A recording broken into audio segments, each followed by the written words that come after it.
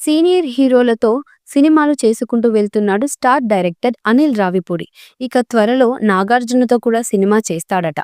Tollywood senior హీరోలందరితో సినిమాలు చేస్తున్నాడు young director Anil Ravipudi. ఇప్పటికే వెంకటేష్ బాలయ్యకు బ్లాక్ బాస్టర్స్ ఇచ్చిన ఈ దర్శకుడు త్వరలో మెగాస్టార్ చిరంజీవితో కూడా సినిమా చేయబోతున్నాను.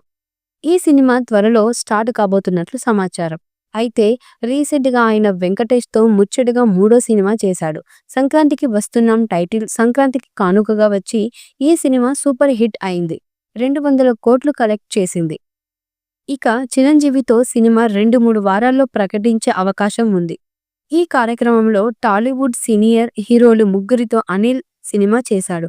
ఇక కింగ్ నాగార్జునతో మాత్రం ఆయన సినిమా చేయలేదు. మరి నాగ్తో సినిమా చేస్తారా అని అనిల్ను ప్రశ్నించారు మీడియా ప్రతినిధులు. అనిల్ మాట్లాడుతూ నాగ్ సార్తో కూడా సినిమా చేయాలి, దానికి కాస్త టైం పడుతుంది. నాగార్జున గారితో హలో బ్రదర్స్ లాంటి కామెడీ ఎంటర్టైనర్ను చేయాలని ఉంది. దానికి తగ్గట్టు లైన్ కూడా నా దగ్గర ఉందని ఆయన అన్నారట.